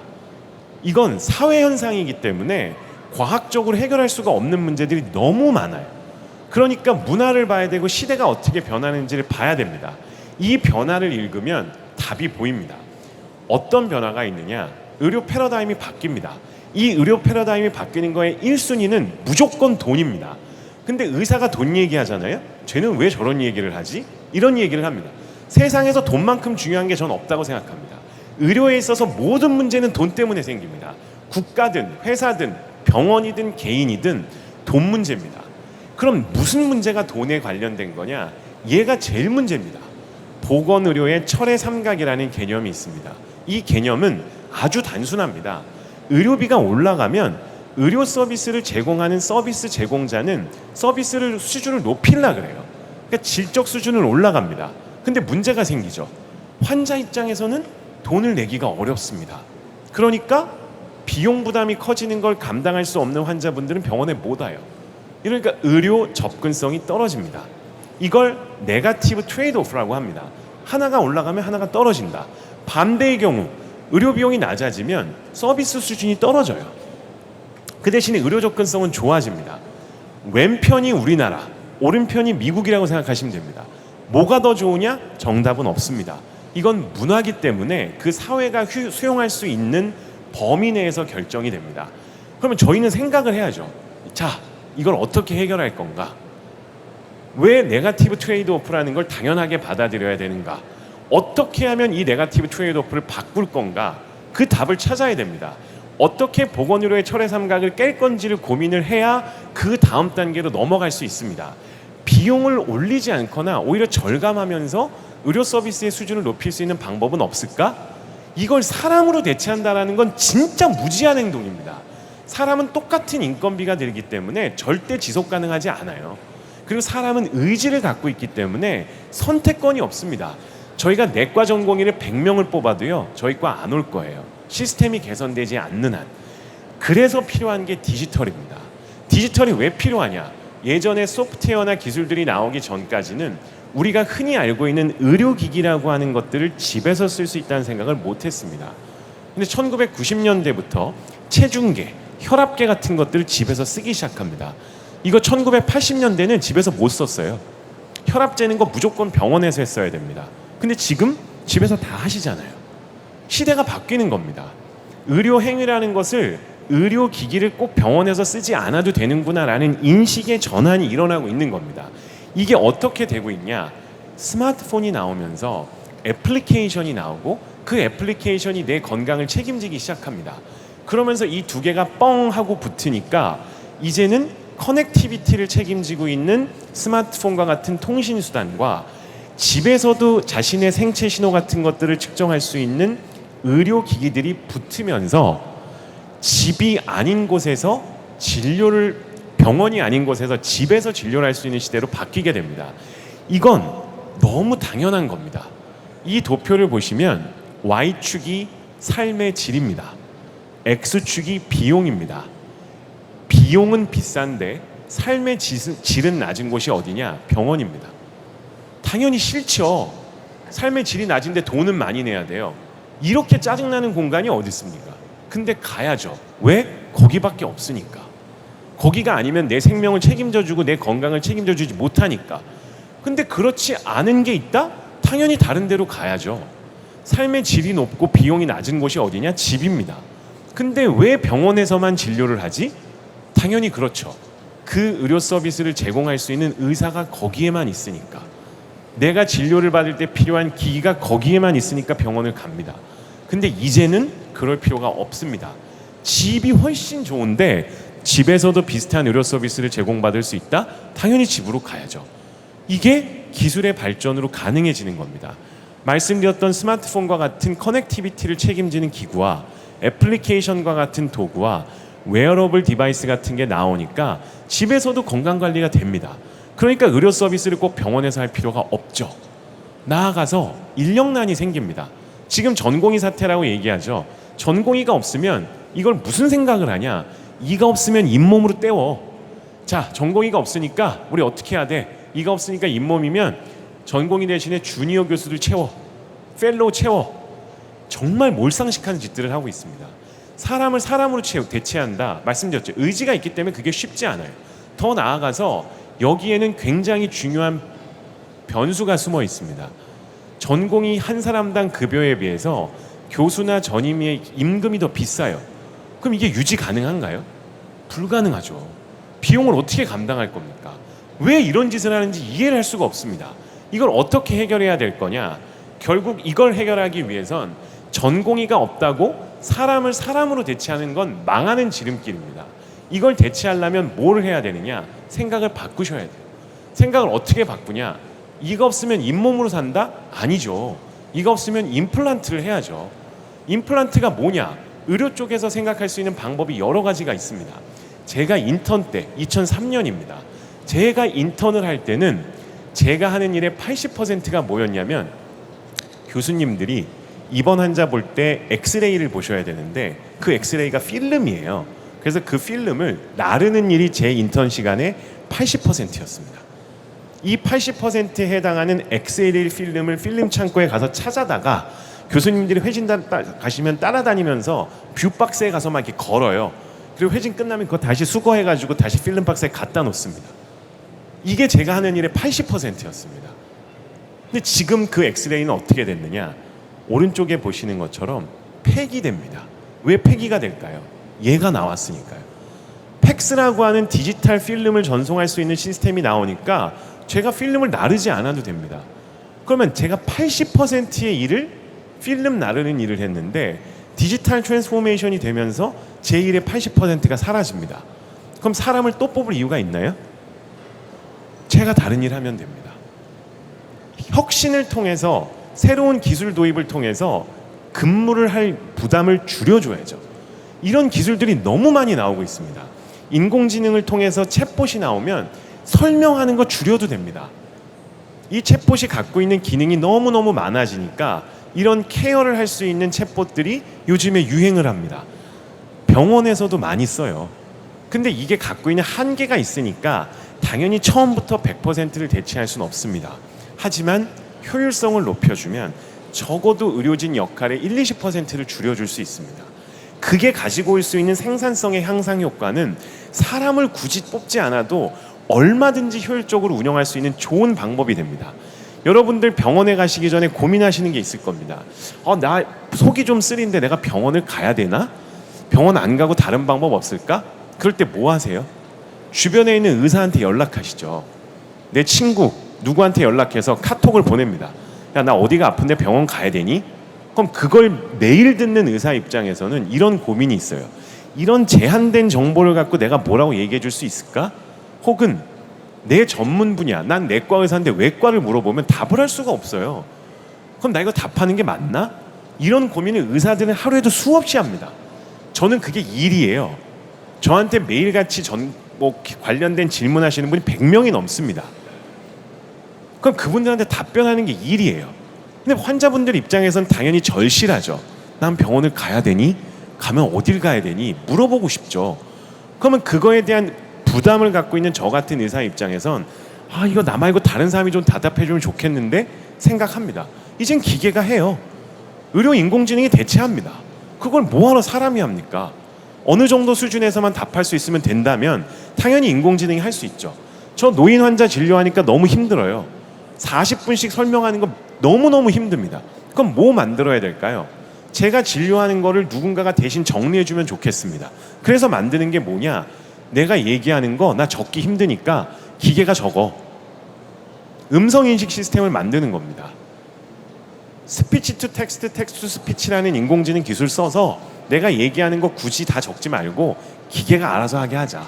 그러면 사람을 줄일 수 있습니다. 인공지능을 포함한 디지털 헬스케어만이 비용을 줄이면서 저희가 원하는 의료 서비스를 제공할 수 있는 거의 유일한 방법입니다. 그래서 의료 쪽에 디지털 트랜스포메이션이 필요한데 이게 지역의 차이가 있나요? 차라리 부산에서 잘하시면 되죠. 부산에서 이런 것들을 어떻게 하면 더 잘할지를 하시면 됩니다. 근데 그걸 알려면 환자가 뭘 원하는지를 알아야 됩니다. 환자가 원하는 건 명확해요. 편하고 빠르고 내가 원할 때 언제든지 진료를 받고 싶습니다. 이게 물리적 공간을 파괴하는 게 결국은 환자분들이 원하는 겁니다. 이러니까 전 세계가 어떻게 되고 있냐? 병실이 없어집니다. OECD 국가의 2000년대 초반부터 지금까지의 현상을 보시게 되면 병실이 사라져요. 계속 줄어듭니다. 근데 우리나라만 늘어납니다. 왜? 노인 인구가 늘어나가지고요. 요양시설이 급증을 했습니다. 그러다 보니까 요양병원 수가 증가하니까 우리나라만 전 세계 OECD 국가 중에 제일 많이 증가를 했습니다. 이게 바람직한 걸까요? 절대 그렇지 않습니다.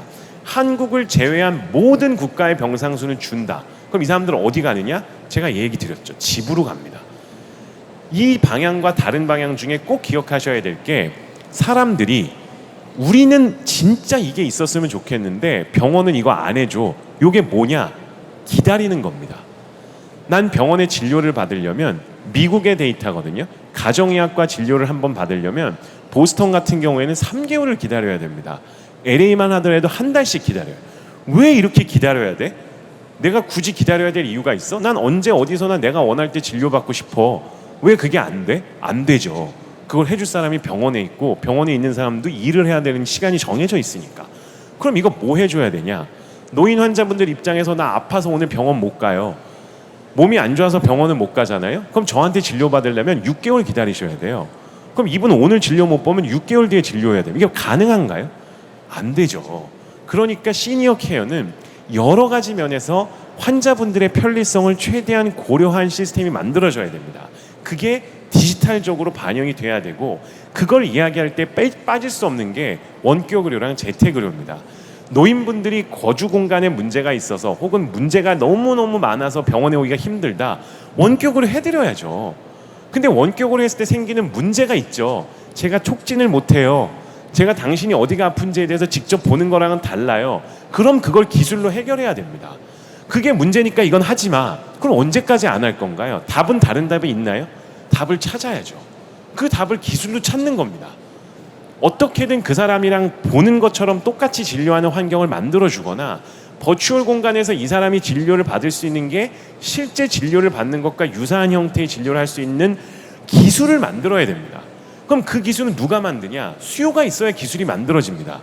수요가 있어야 돈이 들어오고 비즈니스가 되기 때문에 그 산업이 발전해요. 부산에서 하시면 됩니다. 이게 지역의 차이가 있나요? 전혀 없습니다. 원격의료 다음으로 할 수 있는 게 재택의료입니다. 집으로 가세요. 서울에 있는 사람, 부산에서 만약에 재택의료해서 노인 환자분들한테 재택의료 서비스 해주시잖아요. 그분들 서울 안 와요. 저 어떻게 하느냐? 가정간호 하셔야 되는데 세브란스 병원에서 부산에 계신 분한테 가정간호 제공할 수가 없습니다. 부산에 있는 병원에 가시면 가정간호 서비스를 제공하는 부산에 좋은 병원이 있으니까 부산에 있는 병원에서 진료도 받으시고 재택의료도 하시고 가정간호도 받으세요. 그럼 가요. 왜? 그게 서울로 오는 것보다 훨씬 더 좋은 서비스라는 걸 환자분들이 아시니까요. 그러니까 원격의료 사업이나 재택의료 사업 같은 것들이 많아지는 겁니다. 시범 사업을 하고 계속 합니다. 근데 이게 시범 사업으로 멈추죠. 왜 멈추냐? 재정이 지원이 끊깁니다. 한시적으로만 제공되고 끝납니다. 지속 가능한 형태로 논의가 되질 않아요. 거기에 또 중요한 요인이 의사들이 하길 싫어해요. 근데 의사들이 하기가 싫으니까 하기 싫은 일을 할 사람을 갖다 붙여. 이게 얼마나 무지한 일입니까? 그 사람들이 할 수 있게 해줘야죠. 그 사람들이 할 수 있도록 동기유발을 해주고 인센티브를 줘서 할 수 있도록 만들어줘야죠. 그걸 할 수 있는 게 기술이라는 겁니다. 원격의료든 재택의료든 기술적으로 서포트를 해서 의사가 할 수 있는 역할을 훨씬 더 많게 해주고 부담을 줄여주고 인센티브를 주시면 얼마든지 할 사람 널려 있습니다. 환자분 그런 서비스 받으면 여기서 진료 받습니다. 원격의료 관련된 것들이 다 어르신, 도서산간 지역에 있는 의료 접근성이 떨어지는 분들을 위해서 제공되고 있다는 걸 보시기만 해도 노인 환자가 증가하는 부산에서 무엇을 할 것인지, 여기는 부산은 원격의료 특구예요 라고 얘기를 해서 노인 환자분들을 대상으로 한 특별한 서비스를 제시하신다 그러면 이런 서비스의 제공 수준으로 인해서 충분히 부산 지역이 최고가 될 수 있습니다. 왜? 저희 지금 일본 가서 배우거든요.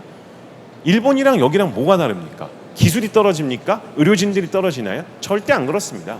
시스템적인 개비와 제도를 만들어 주실 수 있는 분들과 그걸 함께 하겠다는 의지만 있으면 일본보다 훨씬 잘할 수 있습니다. 우리나라의 수요가 훨씬 더 많거든요. 우리나라는 빨리 바꿀 수 있는 장점도 있고 새로운 문물을 받아들이는 능력도 너무 뛰어납니다. 근데 일본은 이걸 이미 30년 전부터 준비했습니다. 그러니까 지금 우리가 봤을 때 우리보다 잘하는 것 같죠. 저희가 지금부터 해도요 충분히 따라갈 수 있습니다. 그리고 그런 문제를 해결하겠다는 의식만 있으면 여기에 계신 분들이 너무 훌륭한 분들이 많기 때문에 얼마든지 올바른 방향으로 해서 해결하실 수 있다라고 저는 생각합니다. 똑같은 얘기들입니다. 어르신들 관리할 땐 원격의료, 어르신들 관리할 땐 재택의료. 근데 그게 지역별 한계가 있느냐? 절대 없습니다. 정말 우리가 갖고 있는 여러 가지의 장점들이 여기에서 꽃피울 수 있는 환경이 이미 다 돼 있다라고 저는 생각을 합니다. 그렇기 때문에 재택의료 같은 것들을 이런 어르신들이 아니라 힘든 어르신들을 위해서 제공해 주셔야 돼요. 집에서, 병원에서, 요양시설에서 너무 힘들게 계시는 분들이 많기 때문에 이분들이 병원에 오지 못하면 재택의료 서비스 제공해 주셔야 됩니다. 이런 분들한테 재택의료 서비스하면 효과가 있을까? 이미 다 입증이 돼 있습니다. 재택의료 서비스 제공하잖아요. 입원 기간이 나중에 그분들이 입원했을 때 입원하는 기간이 단축됩니다. 일본에 있는 사람들 병원 안 가요. 요양원에 있지도 않아요. 집으로 갑니다. 왜? 집에 가도 충분히 내가 원하는 양질의 의료 서비스를 받을 수 있으니까. 그럼 그걸 제공만 해주면 부산에 있는 분들이 서울로 가냐? 안 갈 겁니다. 그러니까 일본에 있는 사람들이 집에서 사망하는 사람들이 늘어나는데 우리나라 어떤 줄 아세요? 집에서 사망하잖아요. 경찰분들 오셔갖고 조사하고 이거 뭐 이상한데 검찰 조사 받아야 되는 거 아닌가? 사망 진단서는 어떻게 끊어야 돼? 이거 하다가 한 번 경험한 보호자분들이 야 집에서 부모님 모시지 마. 병원 가. 이러면 아무리 좋은 제도라도 이 사람들이 겪는 고충에 대한 설명이나 해결이 안 되면 이 제도를 쓰지를 않아요. 그러니까 일본에서 어떻게 하느냐? 백내 사망을 하시게 되면 뭐 하시고요. 이럴 땐 어떻게 하면 되니까 이것만 하세요. 요구 조건을 굉장히 간소화시켜서 쉽게 할 수 있도록 도와줍니다. 이런 제도적 뒷받침이 있어야 좋은 취지를 갖고 있는 시스템이 구축이 될 수 있고 그게 유지 가능해집니다. 그런 이야기가 원격 진료에서도 도입이 됩니다. 저한테 3분 진료 받기 위해서 오는 분들 저는 진짜 너무 미안합니다. 왜 이 사람들한테 3분 진료를 위해서 서울까지 와야 하느냐. 그런 이야기를 할 수 있는 의료진도 있어야 되고요. 아니면 아예 3분 진료 동안 6시간, 10시간이 걸려서 서울까지 오는 분들한테 그만한 가치를 제공할 수 있는 서비스를 제공하는 사람이 돼야 됩니다. 근데 그게 안 돼요. 그러니까 다른 방법을 찾아야 되는 거고요. 그걸 위해서는 원격 진료 같은 걸 해야 됩니다. 그게 우리나라만 있을까요? 중국도 있고 미국도 있습니다. 일본도 있고. 그러니까 전 세계적으로 원격 진료 시장이 이렇게 커지고요. 원격 진료하는 회사들이 이렇게 많아지는 겁니다. 수익도 나고 매출도 늘어나고 거기다 중국은 우리나라보다 더 빨리 사실은 고령화가 될 거거든요. 비즈니스가 보이니까 여기는 사업에 이걸 투자하는 겁니다. 아예 의사도 없어요. 그냥 원격 진료를 인공지능이 합니다.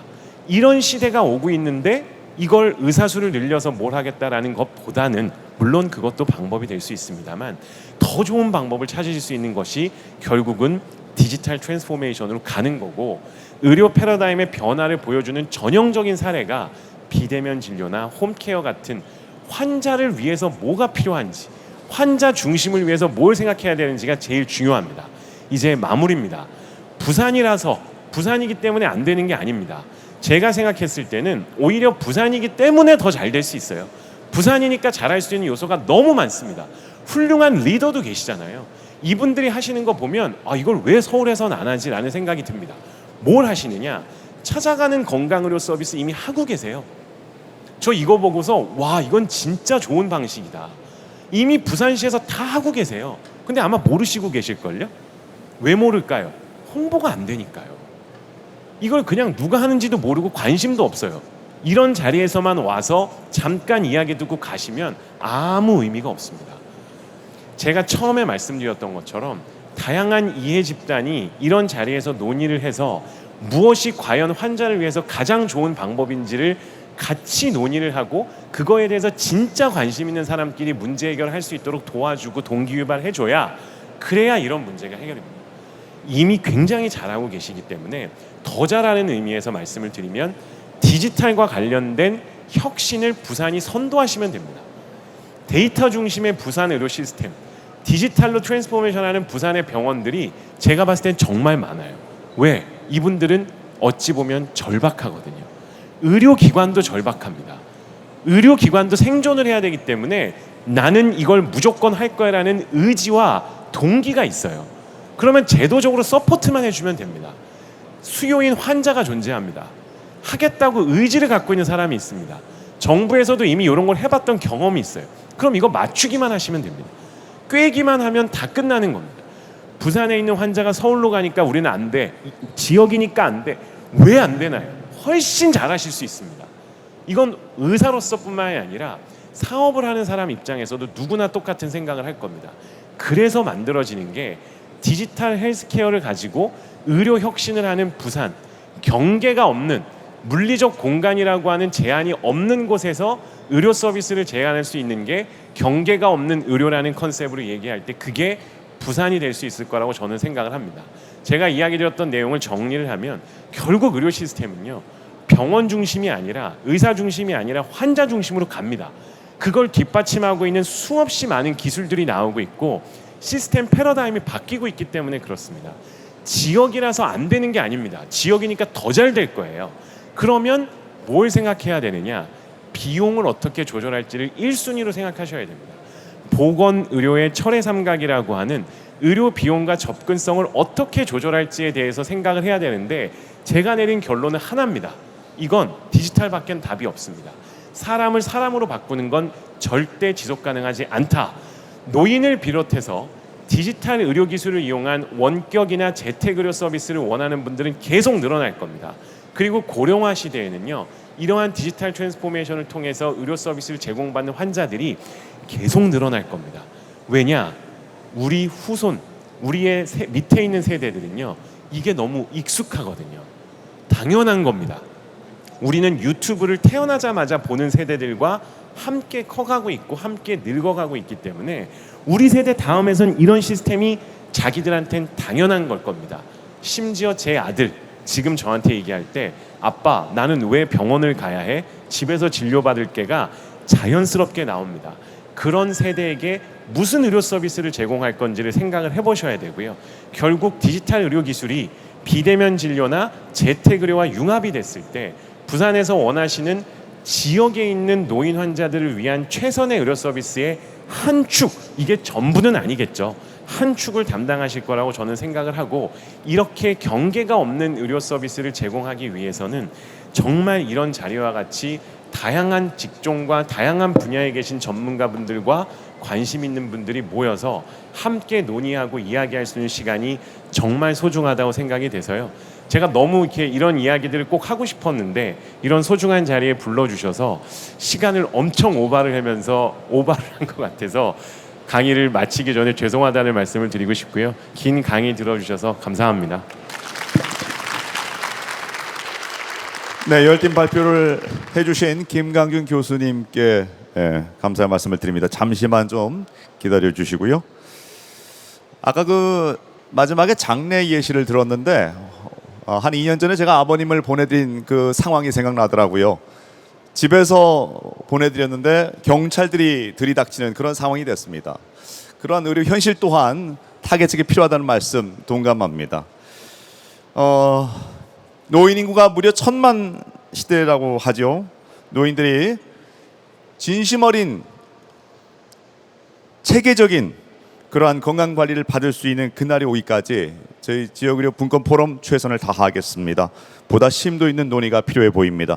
자, 그럼 여기서 김강준 교수님과 앞서 발표하신 이동호 교수님 그리고 부산시 시민건강국의 이소라 국장을 모시고 말씀 나눠보도록 하겠습니다. 무대 위로 모시겠습니다. 앞으로 올라와 주시죠. 여러분 박수 부탁드립니다.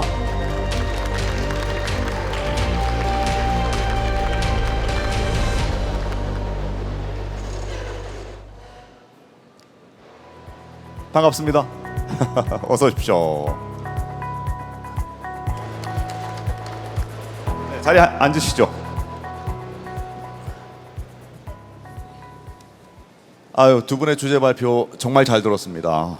저는 이제 언젠가는 남녀노소 누구에게나 다가올 현실이기 때문에 끝까지 집중력 있게 들었고 또한 개인적으로는 좀 흥미롭기까지 했습니다. 두 분 교수님의 말씀이.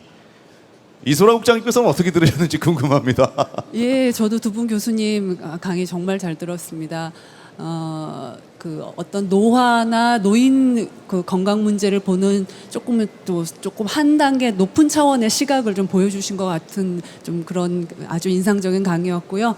그리고 또 현재에 대한 또 정확한 지적과 함께 앞으로 나갈 방향을 또 제시해 주셨다는 점에서 아주 유익한 강의였습니다. 네. 자, 이동호 교수님. 네. 그 뭐라 그럴까? 노화의 대상이 노인이 되는 거 아니겠습니까? 그런데 예. 이제 말씀 중에는 노인을 규정하는 정의 자체가 지금 수정돼 가고 있다. 이런 느낌을 저는 받았는데요. 네. 아무튼 초고령화 시대 표준적으로는 그렇습니다. 네. 당장 우리가 해야 할 일은 뭡니까?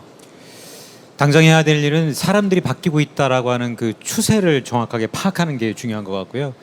기업들 같은 경우도 지금 보면 시니어 비즈니스를 준비하는 데 있어서 대략적으로 포지션을 갖고 대상자를 선택하고 그 이미지를 그리는데 그게 우리가 알고 있었던 지금 우리 부모님 세대들이거든요. 그러니까 힘들고 나약하고 병들고 지쳐있는 분들을 얘기를 하는데 지금은 노인들의 상황이 그렇지가 않기 때문에 이 부분에 대한 것이 아무래도 좀 정리가 되어야 될 것 같고 그리고 시간 계열에 따라서 이분들이 어떻게 변해가고 있는지를 알아야 기업들이든 아니면 병원이든 아니면 지방자치단체든 준비를 할 수 있기 때문에 이런 부분에 대한 광범위한 논의가 있어야 할 것 같습니다. 그래서 제가 아까 근본적인 물음에 대한 질문이다라는 말씀을 드렸거든요. 그러니까 노년에 대한 사회 전반적인 정서에 대해서도 우리가 새롭게 각인을 시켜야 되겠다 이런 생각을 해봤는데 제가 이번에 김강준 교수님께 여쭙겠습니다. 열심히 열변을 토하셔서 좀 힘드신 것 같습니다. 그러니까 의료 행위 이 자체에 대한 인식의 변화가 있어야 된다는 말씀을 해주셨고, 또 환자 자신이 스스로 자기의 병을 좀 인지할 수 있는, 그러니까 환자 스스로가 질환에 대해서 알고자 하는 의사가 되어야 된다라는 의미까지도 저는 전달이 됐는데요. 어떠신지요? 그게 가능한 건 이제 디지털 기술의 발전이라는 것인데, 뭐 또 그런 것들이 본질적으로는 예방의학과도 상통한다라는 생각이 들었습니다. 지금 노인 환자들을 직접 만나시면서 그분들이 걱정하는 가장 큰 애로점 뭐라고 생각하시는지요? 환자분들 진료를 하면서 저희가 느끼는 것 중에 진짜 우리는 환자를 모르는구나라는 생각을 합니다. 이게 뭐냐면요. 노인분들을 이해하려면 그분들이 어떤 고충을 겪는지를 알아야 되는데, 저는 그걸 크게 세 가지로 분류를 합니다. 첫 번째는 신체적 문제죠. 체력이 떨어지고 몸이 아프니까 예전 같지 않은 나의 몸을 어떻게 유지하고 그걸 가지고 생활을 할 건지에 대한 고민을 하고 계십니다. 두 번째는 심리적이거나 정서적인 겁니다. 이건 뭐냐면 어쩔 수 없이 내가 예전 같지 않기 때문에 그것 때문에 생기는 우울감이라든지 불면이나 수면의 문제로 인해서 자꾸 잠을 잘 못 자니까, 그리고 밤에 어떤 경우에는 화장실을 가야 돼서 깨니까, 이런 신체적 문제가 나의 정서에 영향을 미쳐서 어르신들이기 때문에 겪게 되는 심리 정서적인 문제가 또 발생을 합니다. 세 번째는 뭐냐면 사회적인 문제가 있습니다. 이게 뭐냐? 우리가 아이가 나오면 그 아이는 세상을 처음 만났잖아요. 그러니까 저희가 굉장히 관대해요. 아이는 그럴 수 있어. 실수할 수도 있고, 어디서 똥을 싸도 그럴 수 있고, 오줌을 어디서 싸도 아무렇지도 않은 게 아이입니다. 근데 노인은 신체적으로는 이미 아이의 단계보다 더 낮아지고 있는 상황이 될 수 있는데, 사회적으로 노인이 그러면 인정을 안 해주죠. 저 사람은 왜 저래? 왜 그럴까요? 사회가 두 번 한 사람에 대해서 인정을 해줄 여유가 없어서 그렇습니다. 이미 이 사람은 한 번 성장을 해서 제대로 된, 우리가 흔히 얘기하는 사회 범위, 생각의 범주 안에 들어왔던 사람이 다시 안 좋은 쪽으로 가는 거에 대해서 용인하지를 못하거든요. 그럼 그것 때문에 위축되고 내가 뭘 해야 될지에 대해서 방황을 하게 되는 분들이 너무 많습니다. 그러면 신체적 문제와 정서적 문제와 사회적 문제가 겹쳐 있는 게 어르신들이 병원에 와서 호소하시는 하나의 짧은 정서적 문제로 나옵니다. 난 뭘 해야 될지 모르겠다. 그럼 그분들한테 무슨 서비스를 어떻게 제공할지에 대한 것도 그분들의 입장이 되어보지 않으면 알 수가 없어요. 근데 그걸 누가 하려 그러나요? 그래서 뭘 저희가 권하냐? 장애가 있는 분들이 뭘 힘들어 하시는지를 알도록 하기 위해서 인위적으로 장애가 있는 분들과 유사한 환경을 만들어 드리는 것처럼, 노인의학을 연구하는 곳에서는 대부분 노인분들이 겪게 되는 신체적 문제부터 체험하게 합니다. 그래서 무게가 아주 무거운 옷을 입고 있거나 다리에 모래주머니 같은 걸 차고 걷게 하거나 이런 식의 것들을 그분은 일상에서 하고 있거든요. 그러면 그걸 한번 경험하고 눈이 희미해지고 들리는 게 안 들리고 하는 게 과연 이 사람들에게 어떤 의미인지를 체감하지 않으면 정책도 안 나오고요, 진료도 할 수 없고 말만 공연불이 될 수밖에 없다라는 게 제 생각입니다. 그래서 노인분들은 뭘 어떻게 할지를 알지 못하고요, 어떻게 가야 할지에 대해서도 누구도 방향성을 제시하지 않고 그냥 왜 저래? 저 사람들은 원래 저래. 이러니 분열만 일어나고 갈등만 조장하는 게 사실은 의학적으로 해결할 수 있는 범위보다 더 많은 제 고민입니다. 그걸 해결하기 위해서 오늘 말씀드렸던 것처럼 이런 자리가 되게 필요하다고 생각합니다. 알겠습니다. 굉장히 진심이 느껴져서요. 계속해서 그 부분을 강조하게 계신데, 포괄적 의미의 장애 개념에서 우리가 노인의 문제점들을 좀 들여다봐야 되겠다는 생각을 해봤습니다. 누구보다도 이수라 국장께서는 이 의료의 현실을 냉정하게 바라봐야 할 입장이신데, 지금 부산시가 이 노인과 관련돼 가지고 뭐 하고 있는 사업이라든가 또는 앞으로 준비하고 있는 정책들, 어떤 것들을 좀 이야기할 수 있을까요? 예, 노인 건강 문제에서 주로 저희가 정책적으로는 이제 질병 예방과 관리 중심의 사업들이 다양한 사업들이 펼쳐지고 있습니다. 뭐 아시는 뭐 치매 문제에 대한 치매 안심센터 운영이라든지 또 우리 지역의 주요 사망 원인 중에 하나인 또 심뇌혈관 질환 관리 사업 등을 보건소를 통해서 하고 있고요. 여러 가지를 하고 있습니다만은 제가 오늘 두 가지 정도만 말씀을 드렸으면 합니다. 하나가 저희가 올해 처음으로 이제 시작한 사업인데 부산에는 동 단위의 마을 건강센터라는 그 조직이 75개가 설치가 되어 있습니다. 그래서 주로 주민센터 안에 저희 요원들이 일을 하고 있는데 노쇠 예방 관리 사업을 올해 시작을 했습니다. 우리 지역에 어르신들이 점점 이제 많아지고 하기 때문에 노쇠라는 부분들이 기능이 떨어지는 문제들을 어떻게 완화할 수 있을 것인가 하는 관심을 가지고 신체적 기능 그리고 정신 건강 문제 그리고 사회적 관계망 이렇게 세 가지 영역에 대해서 마을 건강센터에서 선별 검사를 통해서 이분들을 상황을 파악을 하고 거기에 적합한 중재 프로그램을 제공하는 사업을 하고 있는데 지금 아직 사업이 얼마 되지 않았습니다만 상당히 저희가 좀 긍정적으로 판단을 하고 있고 또 무엇보다도 지역 자원 연계를 하고 있습니다. 지역의 재활 전문 병원들 7군데가 같이 참여를 하는 이 노쇠 예방 관리 사업을 하고 있고요. 또 하나는 아까 교수님 강의 중에 잠깐 언급이 됐습니다만은 찾아가는 건강 의료 서비스라는 그러니까 건강 버스를 운영을 하고 있습니다. 5대를 운영을 하고 있는데 거기에는 의사 선생님 비롯한 의료진들이 탑승을 해서 건강 검진과 상담, 교육까지를 하고 있는데 이게 제도적인 문제 때문에 거기서 처방전이 발행되거나 하지는 못합니다. 그래서 지금은 이제 의료해서를 발급하는 것까지는 하고 있습니다. 그렇군요. 예, 앞으로 또 할 수 있는 일이 더 많아질 것 같고 우리 시에서는 조금 노인 건강 증진에 대해서 조금 더 체계적인 접근을 하고 또 제도화를 하기 위해서 올해 그 시의회에서 노인 건강 증진에 대한 조례를 곧 제정할 예정입니다. 네. 예. 이동호 교수님 마이크 좀 잡아주시고요. 네. 아까 그 뭐 세계적인 추세에 대한 이야기를 좀 많이 하셨는데 MZ 세대가 좀 미안한 얘기지만 이제 MZ 세대가 아닌 시니어를 공략해야 한다. 기업과 시장에서 그렇다는 이야기이실 텐데 해외 사례 중에 그러한 그 시니어들에게 호평받는 것들이 있다면 어떤 예를 들 수가 있을까요? 저희 학교에서 많이 연구했던 분야이긴 한데 그 에이지 프렌들리 정책들이 일반화되어 있는 나라들이 굉장히 많이 있습니다. 이게 뭐냐면 교통 정책이나 아니면 식당을 이용할 때 보면 메뉴판이 글자가 작은 경우도 있지 않습니까? 그렇죠.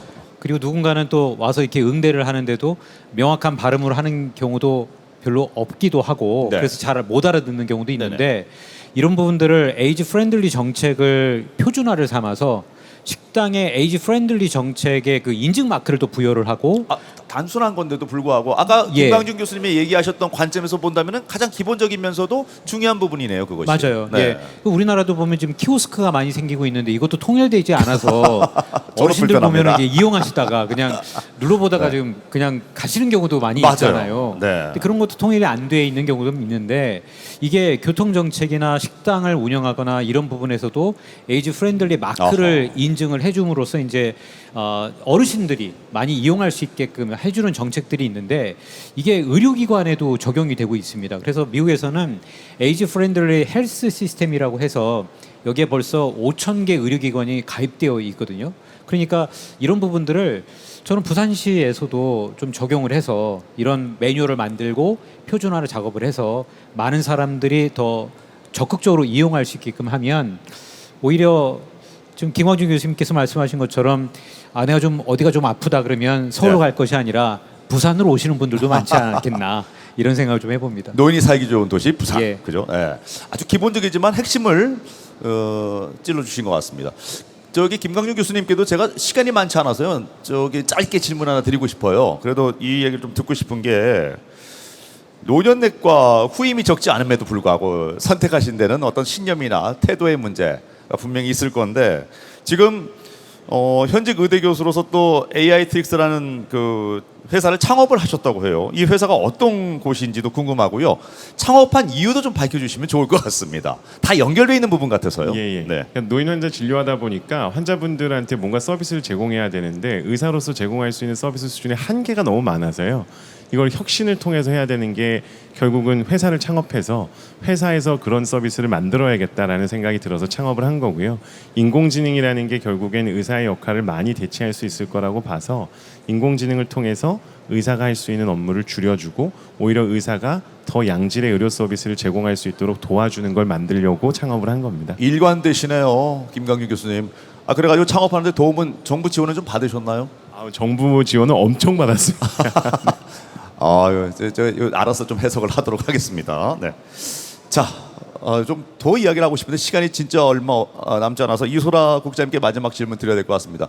중요한 거는 결국 재정적인 지원이 뒤따르지 않으면 아무것도 할 수가 없기 때문에 부산시와 관련한 재정과 관련한 좀 견고한 대책을 장기적인 관점에서 저희가 준비해야 되지 않을까라는 생각이 드는데 이 부분에 대해서는 어떤 보관을 갖고 계십니까? 예, 의료비 전반에 대해서는 실은 우리 잘 아시다시피 우리나라는 전 국민이 단일 의료보험에 가입되어 있는 건강보험 그 체계 하에서 전국적으로 중앙 정부에서 의료비 재원을 마련하고 또 집행하는 이런 구조를 가지고 있습니다. 하지만 그 노인 인구가 늘어나고 특히 후기 고령 인구라고 하는 75세 이상 어르신들이 그 사용하는 그 의료비가 갈수록 굉장히 비중이 커지고 많아지고 있습니다.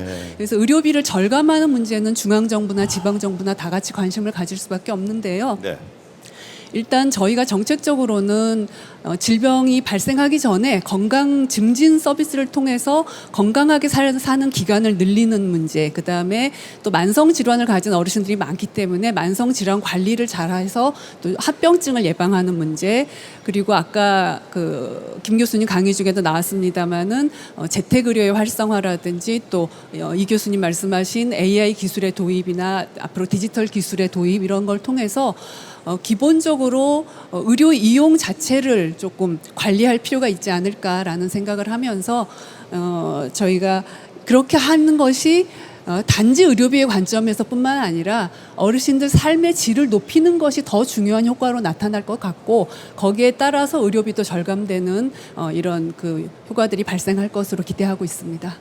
아까 김광준 교수님께서 저 주제 발표하실 때 부산에 본인이 이제 연세 세브란스 병원의 노년 교수인데 부산에 본인보다도 100배, 1000배 급기야는 10,000배까지도 훌륭한 의사분들이 많은데요 라고 얘기를 하셨는데 제가 볼 때는 이러한 이 핵심은 어떠한 물리적 변화보다는 구조적인 변화에서 우리가 그 모순을 해결하는 데 노력을 좀 더 해야 되겠다라는 생각 갖게 되는 시간이 아니었나 싶습니다.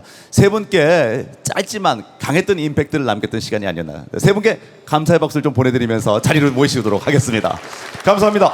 네, 자리해 주시죠.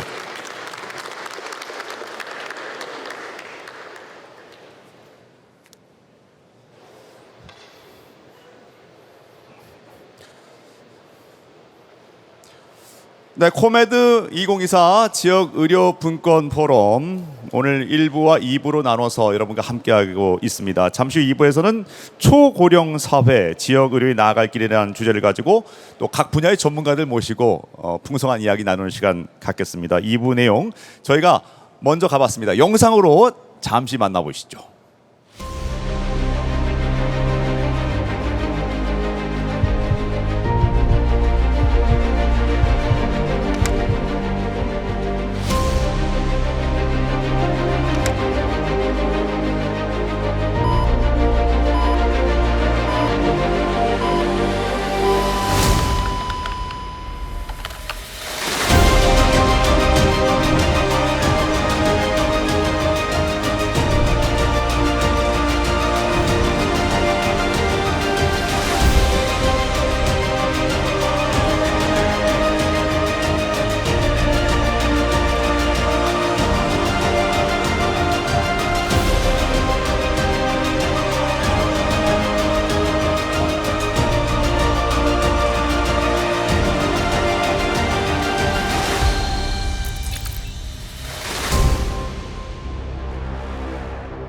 오늘 시간을 통해서 좀 겸손해지는 것 같습니다. 누군가 노력을 통해서 이룬 청춘이 아니듯 늙음 역시도 우리가 원해서 갖게 되는 것은 아니기 때문입니다. 저희 KNN은 코메드 2024 지역 의료 분권 포럼을 통해서 우리의 현실을 직시하고 또 나아갈 길을 제시하고자 합니다. 부디 이 길에 꼭 함께해 주시기를 바람하겠습니다. 코메드 2024 지역의료 분권 포럼 2부에서 또 인사드리겠습니다. 지금까지 아나운서 황범이었습니다. 고맙습니다.